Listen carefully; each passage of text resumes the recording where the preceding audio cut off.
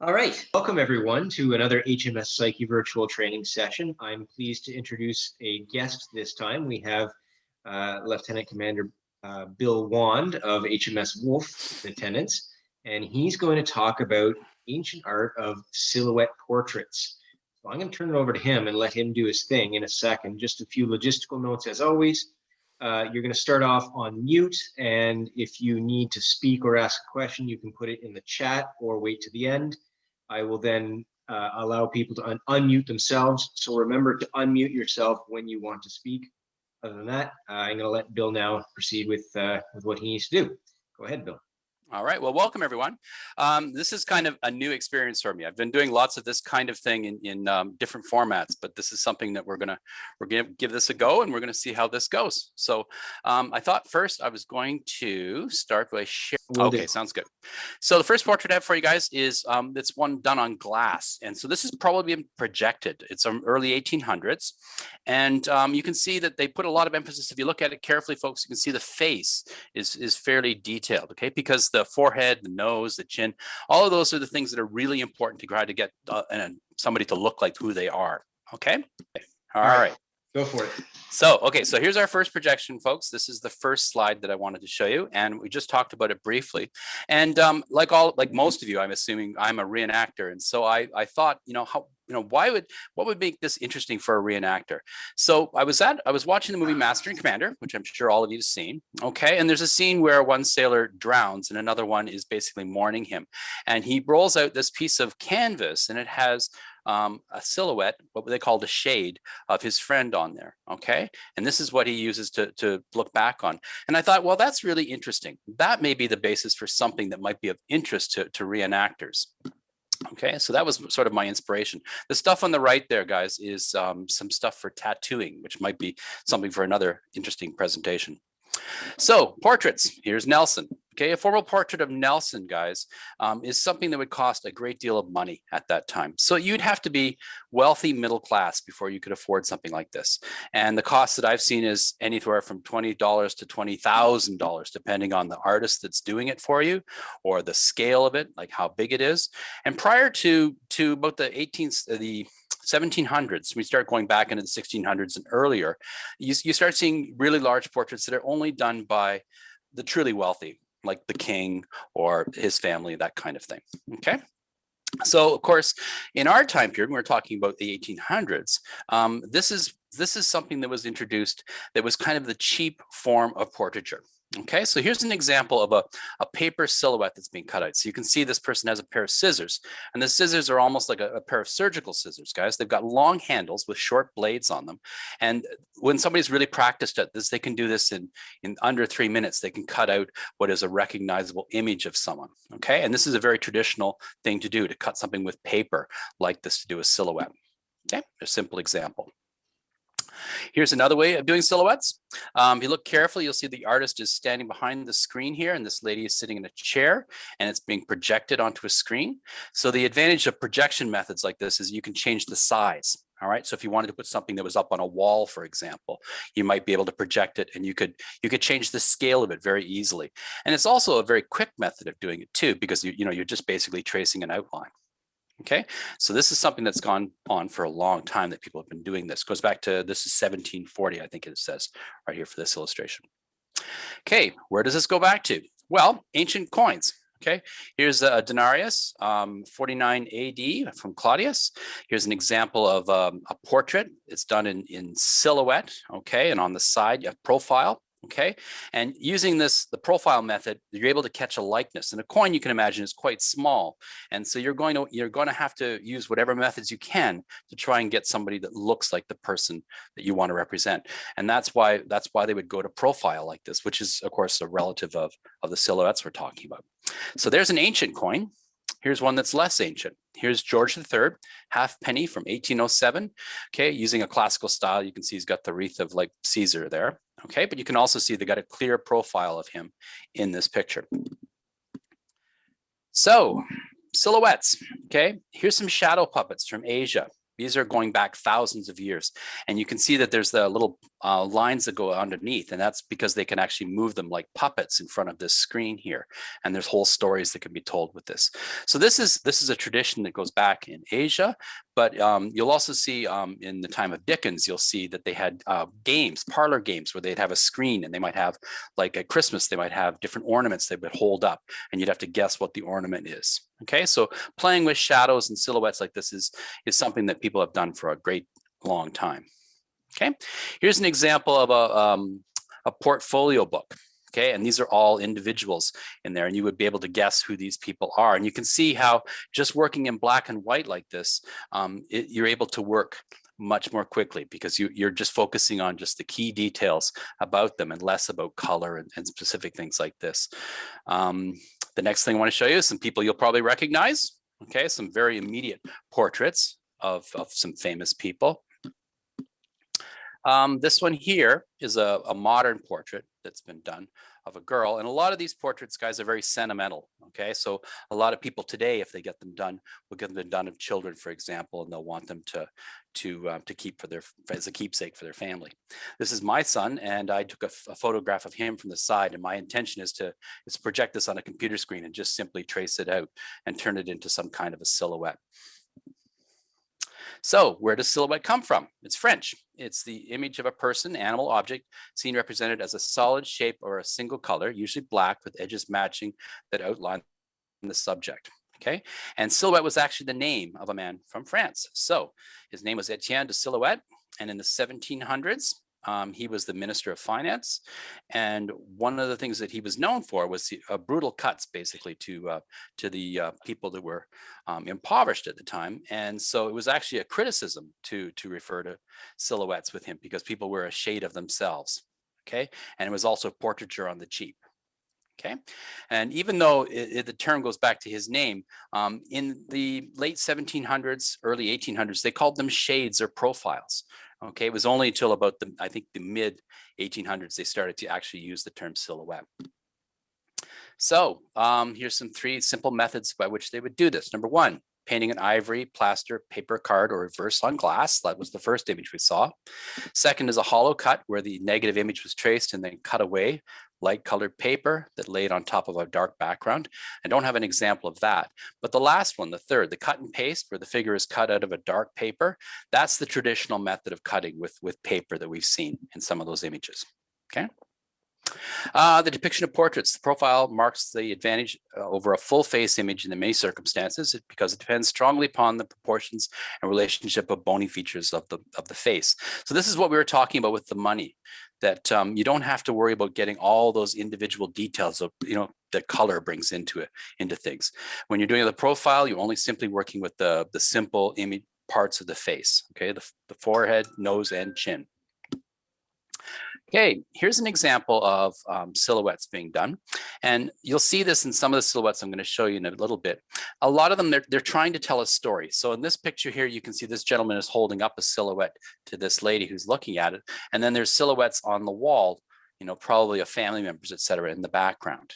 Okay, and then there's an animal. I think that's probably a dog at the bottom looking up. Okay, so they're trying to tell a story in this. Silhouette part, we'll skip past this part here. I think that's pretty straightforward. I wanted to show you these 2 examples. This one at the bottom here is John Myers from the early 1800s, and you'll see there's a lot of gray happening in this. Okay, so he was quite known for doing these silhouettes, and he kind of offered a higher end price point, shall we say, for some people, and he was able to put in extra details on there. Okay, the gentleman at the top would put in like whole families. So this is probably, I don't know how many children they have here. Looks like 5, and the dog. Those are some examples there. Some of these silhouettes, guys, would fit inside lockets. They might be quite small as well. Okay, this is a modern day artist named John Ross, who was known for traveling around to agricultural fairs and doing silhouettes. You can see some of his work in the background there. And that's something you're going to see in some of this too, is that some of these silhouette artists would park themselves at large community events like fairs, and they would sit down and they would do the entire community So everybody that would come in would sit down, they would get 30 seconds or 3 minutes with him, and he would cut out an image, and then we work on the next person. You can see if you were doing this all day long, working like this, you'd get actually quite efficient with it. Okay, and that's one example of someone who does just that. Okay. In many ways, the working of silhouettes using light is the predecessor of early photography, where light and photosensitive chemicals pick up the details of exposure to light. And you can see that when you think about the earliest daguerreotypes, that they're working with exposure of chemicals to light. Okay, here's an example of Jane Austen from the 18th century. And this was done, I think this is a paper silhouette, like the other one. And here's Beethoven as well. And I don't know who this gentleman is, but you can see this artist has spent a lot of time trying to get the details in the cravat that they have, and also in the hair in the background and some of the framing. Again, highly sentimentalized, very stylized kind of images. Okay, here's an example of a portrait that tells you a story. So this gentleman is probably consulting his, I'm going to assume his dead wife, and he's looking at her and talking to her. Okay. Now, getting back to the reenactment thing, this is a gentleman who's a member of the 49th. Okay, this, you could see when somebody was working on this, this might be quite small. It might be something that they could send home to their family. Okay, the artist might even have spent time before or after doing the uniform. Okay, so the person who's actually portrayed in this may not even have been there when he was working on the uniform and the hat, and he just simply substituted the face in there to try and make it look like this individual. And again, he might do the entire all the officer corps at the time. Okay, there's one officer from the 49th. Here's an officer from the 400th, or the 100th, I should say, getting his portrait done as well. And then we have a couple here. Again, these are small lockets in that shape, and of course they're turned towards each other to make it more sentimental. And then thank you very much, Bill. So I didn't see any questions come up in the chat, but what I'm going to do is make everybody able to unmute themselves, and then you can fire away your questions. So now you have the ability to unmute yourself. Go ahead and unmute yourself and then fire away. I see Carl has a question that if he wants to start. Okay, Carl, go ahead. That was excellent information. I appreciate your effort in putting it all together. I was wondering, do you have any idea how smaller versions were actually made of silhouettes? You showed an image earlier on in your presentation of a near life-size, a projection or a backlit tracing of an actual life-size silhouette. Any idea how smaller ones were made? Were they just like freehand artistic stuff, or were they reduced through some process? I believe that most of the smaller ones were paper cuts. Okay, they were done really, really small, and they would work directly with the scissors. Okay, that's my understanding of it there. Now, Susie, who's joined us here, her husband is a miniaturist, and he does some beautiful little paintings. She may actually have more information than I have on that. It looked like she was doing just freehand, was she not? When she was cutting with the scissors? profile? Absolutely. Yep. Yeah. Yep. Do you want me to answer? Sure, go ahead, Susie. Yeah. To get a smaller one, you just sit further away from your subject. Yeah. Okay. You could scale the image based on your distance from the lamp and the subject. You could take the page and move it back or forward. Yep. And, Yeah. Exactly. Then in, I believe it's 1804, a machinist patented called a camera lucida, which projects an image-ish onto a piece of paper. And that's more or less focusable, let's say. And you can see how this is starting to drift into photography, right? Just on the edge. Yeah. Yep. But yes, if you're doing it by freehand, you just sit further away from your subject. Yeah, makes sense. it's an interesting early consumer product that that we don't think about much these days because it's so easy to snap a photo on your phone and then just forget about it. But I mean, this is the very early days of an upper lower class and a middle class being able to afford something that is above and beyond their day-to-day survival. Really interesting stuff.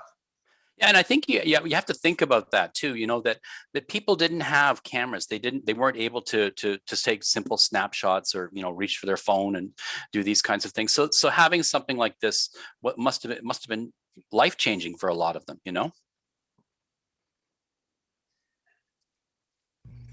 Go ahead, Tom, did you? So, Yep. yeah, so I dabble with the portraits collecting and stuff like that, and I know that there's a very distinct difference between European and American portraiture. Oh, Is there any distinct differences or noticeable differences between American and European silhouettes? Because I haven't seen any, but I'm not that professional of a collector, so I don't really understand if there is a noticeable difference or something that you would look for to identify that. honestly, I can't say. I wouldn't know. I do know that you'll see that there's, because artists are presenting this to people, they're going to be known for certain things, right? So, I was talking about how some of them are very sentimental, right? So there's an audience base right there, and there's some people that will focus specifically on that kind of art. So, Understood. Thank you. Yeah. Good question from Rory here in the chat. What was the medium on which these were done? Were they typically canvas or were they paper? I think paper. Actually, paper was the cheapest and quickest way to do them, but canvas could be done. Like the one of Varley from Master and Commander was done on canvas, right? And any kind of projection method is going to be painted, probably, right? So.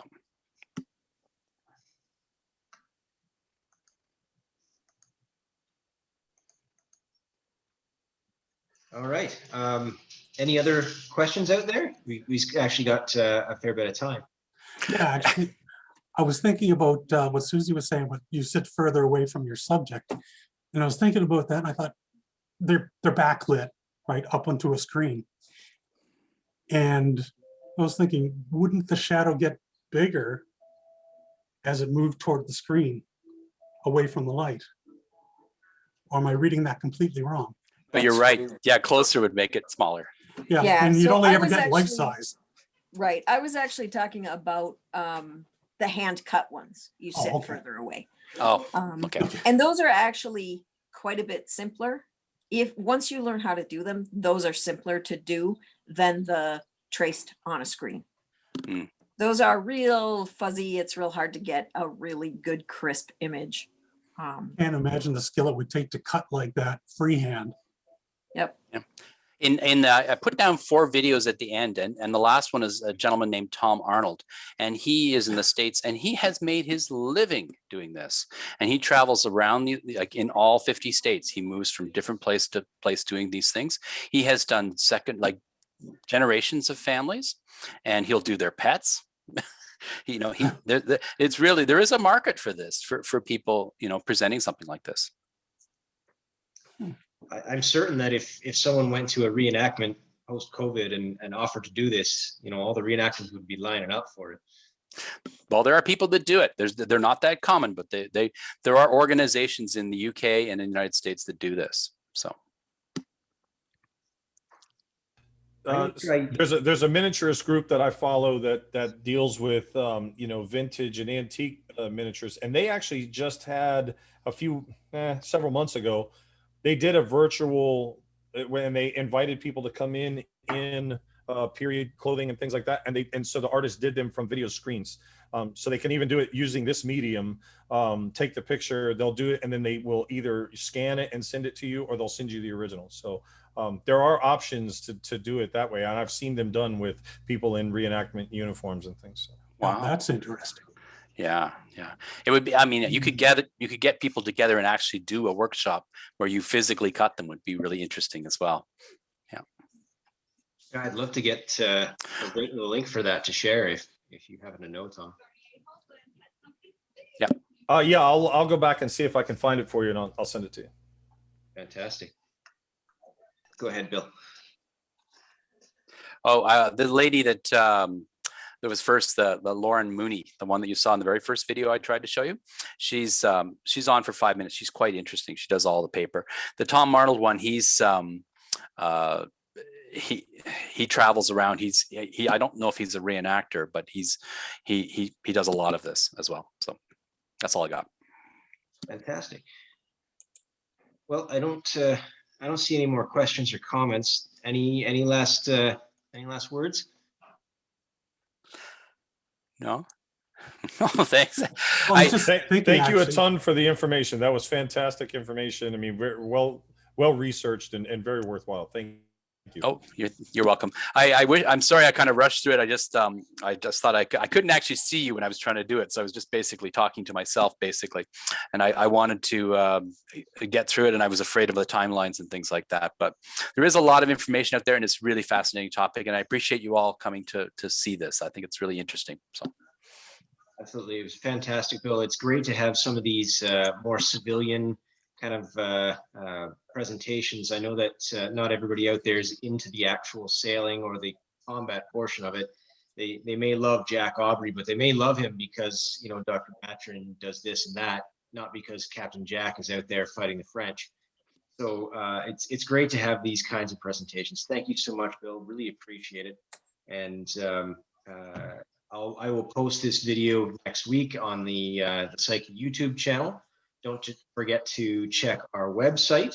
And the next meeting, I believe, will be about identifying sailing rigs. So every time I ask you to name that rig, you should be able to after my presentation.